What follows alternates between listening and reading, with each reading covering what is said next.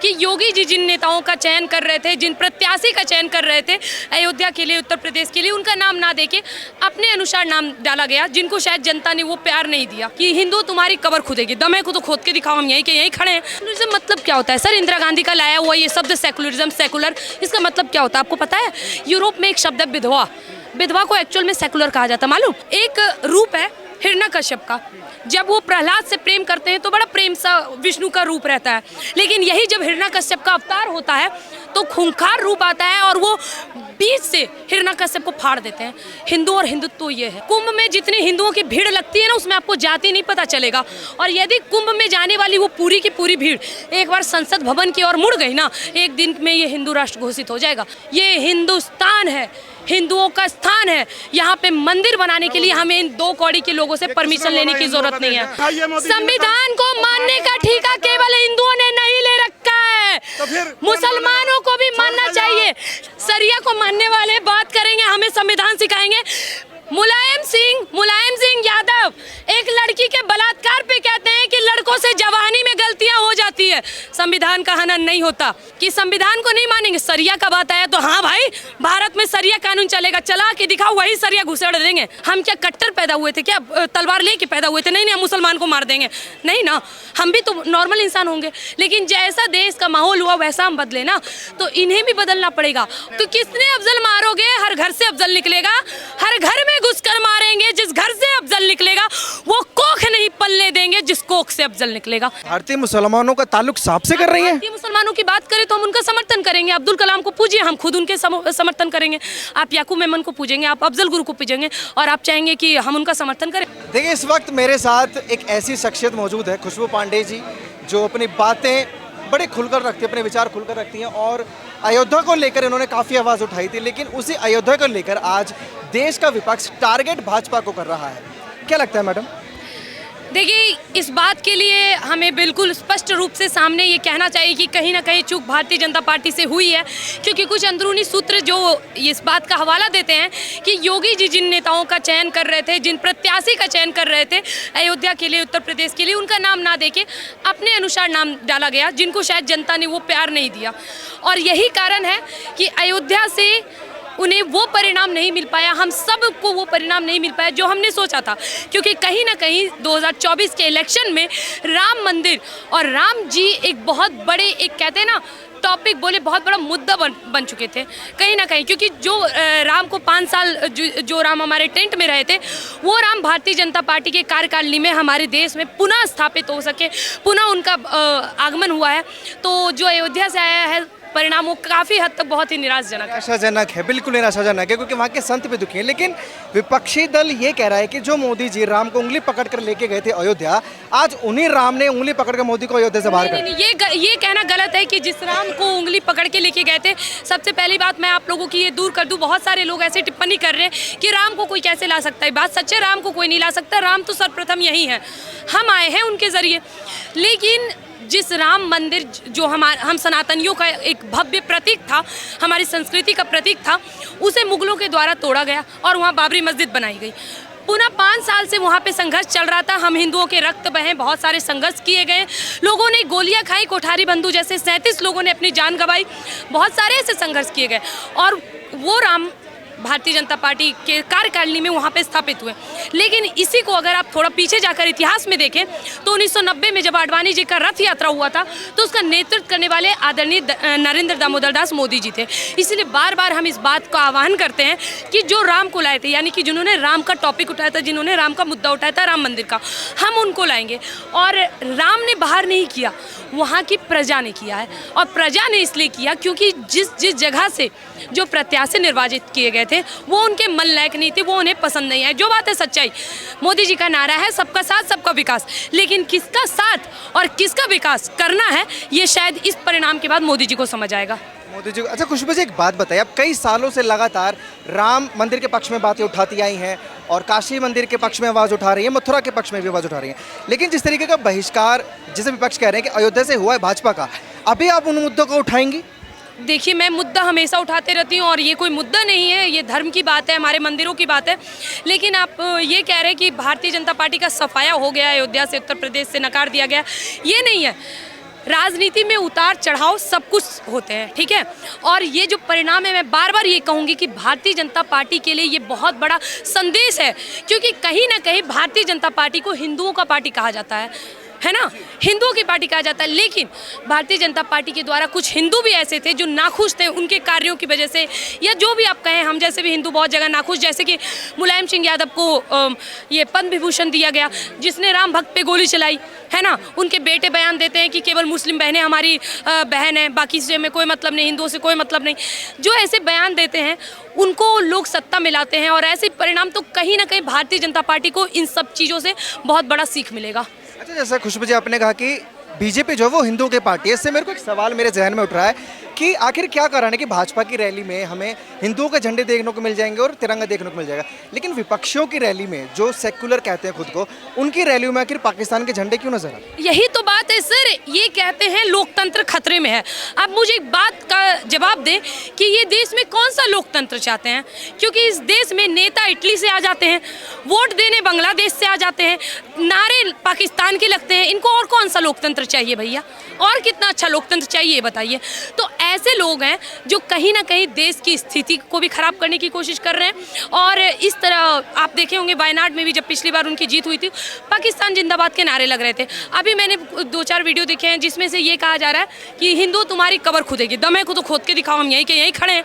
तो हमारा भी धमकी है। और एक बात हम फिर से कह दें कि इस देश में भगवा चलेगा, इस देश में तिरंगा चलेगा, हम सम्मान सबका। सेकुलरिज्म नहीं चलेगा। सेकुलरिज्म मतलब क्या होता है सर? इंदिरा गांधी का लाया हुआ ये शब्द सेकुलरिज्म, सेकुलर, इसका मतलब क्या होता है आपको पता है?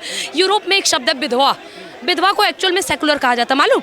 बहुत सारे ऐसे शब्द हैं अंग्रेजी के जो हमारे ऊपर चिपका दिए गए हैं, हमें नहीं पता।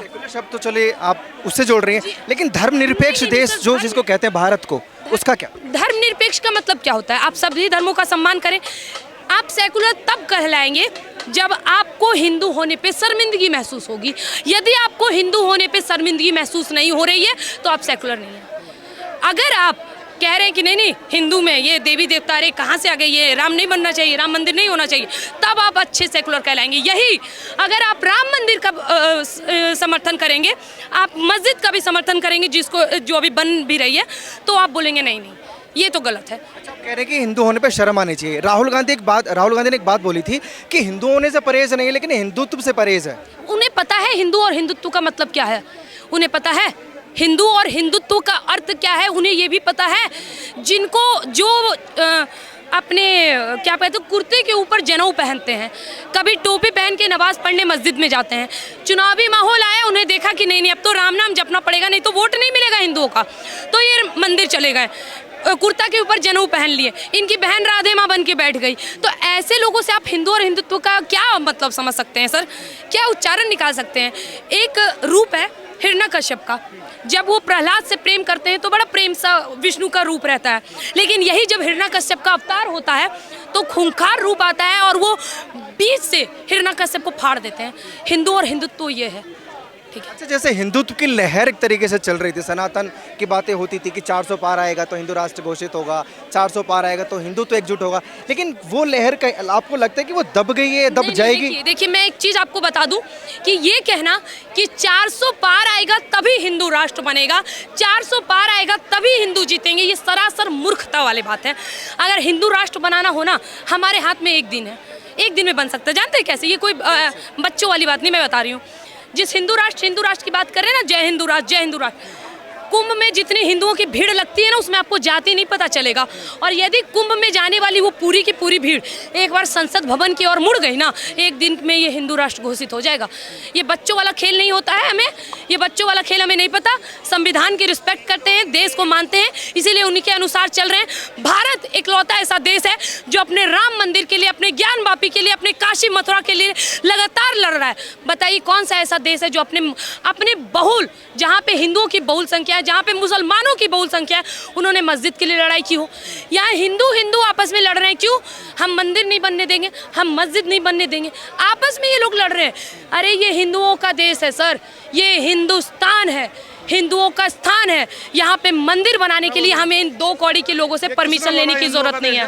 हम बोल रहे हैं संविधान के साथ चलता है, सब धर्म बराबर है। संविधान को नहीं मानते संविधान को, कैमरे में बोलो। अरे इधर लाइए, संविधान को मानने, अरे चुप रहिए, संविधान को कसम खाइए मोदी जी। संविधान को मानने का ठेका केवल हिंदुओं ने नहीं ले रखा है, तो फिर मुसलमानों को भी मानना चाहिए। जब अरे चुप रहिए, अरे चुप रहिए, सरिया को मानने वाले बात करेंगे, हमें संविधान सिखाएंगे। चुपचाप से बात मान लीजिए, ये देश संविधान से चलेगा, ये देश संविधान से चलेगा, कांड हो गया, ठीक है। और जिस एक मिनट जिस सरिया पे चलने की बात कर रहे हैं ना, ये किसको भगा दिया अयोध्या से? नहीं, लेडीज से चर्चा ही नहीं करूंगा। करो, नहीं कर सकते ना, गुब्बत है। ये बात करते हैं, सुनिए, नहीं सुनिए, ये संविधान पे बहुत सारा, संविधान को कहा हमने नहीं माना, कहा नहीं माना, सुनिए ना। मुलायम सिंह यादव एक लड़की के बलात्कार पे कहते हैं कि लड़कों से जवानी में गलतियां हो जाती है, संविधान का हनन नहीं होता। भारत के संविधान में इंदिरा गांधी द्वारा 28 बार संशोधन किए जाते हैं, संविधान का हनन नहीं होता। नेहरू 17 बार संशोधन करता है, संविधान का हनन नहीं होता। लेकिन मोदी जी केवल हिंदू राष्ट्र की बात करते तो संविधान का हनन हो गया। वाह रे दोगलई वाह। और ये किसका बात करते हैं कि संविधान को नहीं मानेंगे, सरिया का बात आया तो हाँ भाई, भारत में सरिया कानून चलेगा, चला के दिखाओ, वही सरिया घुसेड़ देंगे। तालियां बहुत पीट रहे हैं सर, सही बोल रही है मैडम। बात दम वाली की तो ताली तो बनती है ना, बात में अगर दम होगा किसी की है। लेकिन वो कह के गए कि देश संविधान से चलेगा, धर्मनिरपेक्ष है, उसका क्या? बिल्कुल संविधान से चलने वाला देश उस समय संविधान से क्यों नहीं चला, जब 42वां संविधान से संशोधन कर करके, ठीक है, इसके प्रेम्बल को बदल दिया गया। उस समय संविधान से क्यों नहीं चल रहा था? जब आपने राज्य सरकारों को निरस्त कर दिया था, उस समय पर संविधान कहाँ गया था? और आज ये संविधान का ज्ञान देने आए हैं हमें। 1990 में संविधान कहा था जब कश्मीर में हिंदुओं का जेनोसाइड हो रहा था, गिरजा टीकू को बीच आरी से काट दिया गया था। कहाँ थे देश के असली मुसलमान, कहाँ थे देश के अच्छे मुसलमान? बांग्लादेश में हिंदू बहनों का बलात्कार हो रहा था, सिखाई नोची जा रही थी, कहाँ थे देश के अच्छे मुसलमान? जब भारत में पाकिस्तान जिंदाबाद के नारे लगते हैं, कहाँ थे अच्छे मुसलमान? जब भारत में नुपुर शर्मा के समर्थन करने वाले कन्हैया लाल का गला रेत दिया जाता है, गुस्ताख नबी की एक ही सजा सत्तन से जुदा बोल के, कहाँ थे अच्छे मुसलमान? कहाँ था इनका संविधान, कहाँ था इनका सरिया कानून? ये बात करेंगे, इनकी इतनी औकात हो गई, जिनको देश से निकालने की बात कर रहे हैं, ये हमारे साथ बैठ के डिबेट करेंगे, इतनी हिम्मत हो गई इनकी?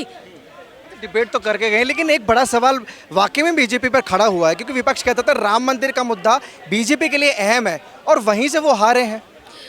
एक चीज हम आपको फिर से आज बोल रहे हैं, अयोध्या से हारने का, उत्तर प्रदेश से इतने जो हमने सोचे थे परिणाम वो ना आने के कारण है जो अंदरूनी सूत्र हैं। क्योंकि आप तो न्यूज़ रिपोर्टर हैं, आपको तो सब पता रहता है। आपको पता होगा योगी जी जिन नेताओं का चयन कर रहे थे प्रत्याशी के रूप में कि वो चुनाव लड़ेंगे, उनको ना उतार के अपने मन के मुताबिक उतारा गया। राजनीति में उलट पुलट सब चलते रहता है। अब आप टारगेट क्या कर रहे हैं कि राम जी, जो राम को लाए थे राम जी ने उन्हें बाहर कर दिया। सुनिए, हम बार बार ये नारा देते हैं जो राम को लाए थे हम उनको लाएंगे, उसका कारण है, और कारण ये है कि थोड़ा इतिहास पढ़ के आइए। 1990 में जब रथ यात्रा निकली थी आडवाणी जी का, उसका नेतृत्व किसने किया था? नरेंद्र दामोदर दास मोदी जी ने, है ना? किसने मुद्दा उठाया था? मोदी जी ने। धारा 370-35 का मुद्दा किसने उठाया था? नरेंद्र मोदी जी ने। इनके सभी आंदोलनों में आपको राम मंदिर, ज्ञान वापी, काशी, मथुरा और धारा 370-35 सबका जिक्र मिल जाएगा। तो बार बार हम ये कहते हैं कि जो राम को लाए थे हम उनको लाएंगे, तो इसमें गलत क्या है?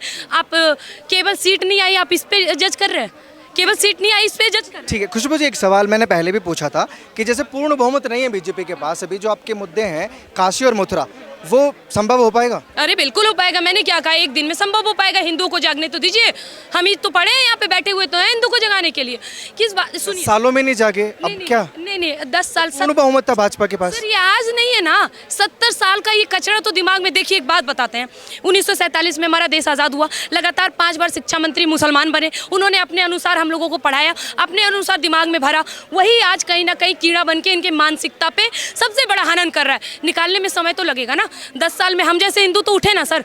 क्या, एक मिनट सुनिए, हम क्या कट्टर पैदा हुए थे क्या? तलवार लेके पैदा हुए थे? नहीं हम मुसलमान को मार देंगे, नहीं ना, हम भी तो नॉर्मल इंसान होंगे। लेकिन जैसा देश का माहौल हुआ वैसा हम बदले ना, तो इन्हें भी बदलना पड़ेगा। और आप इस बात के लिए बेफिक्र रहें, केवल राम मंदिर और केवल काशी और केवल मथुरा नहीं।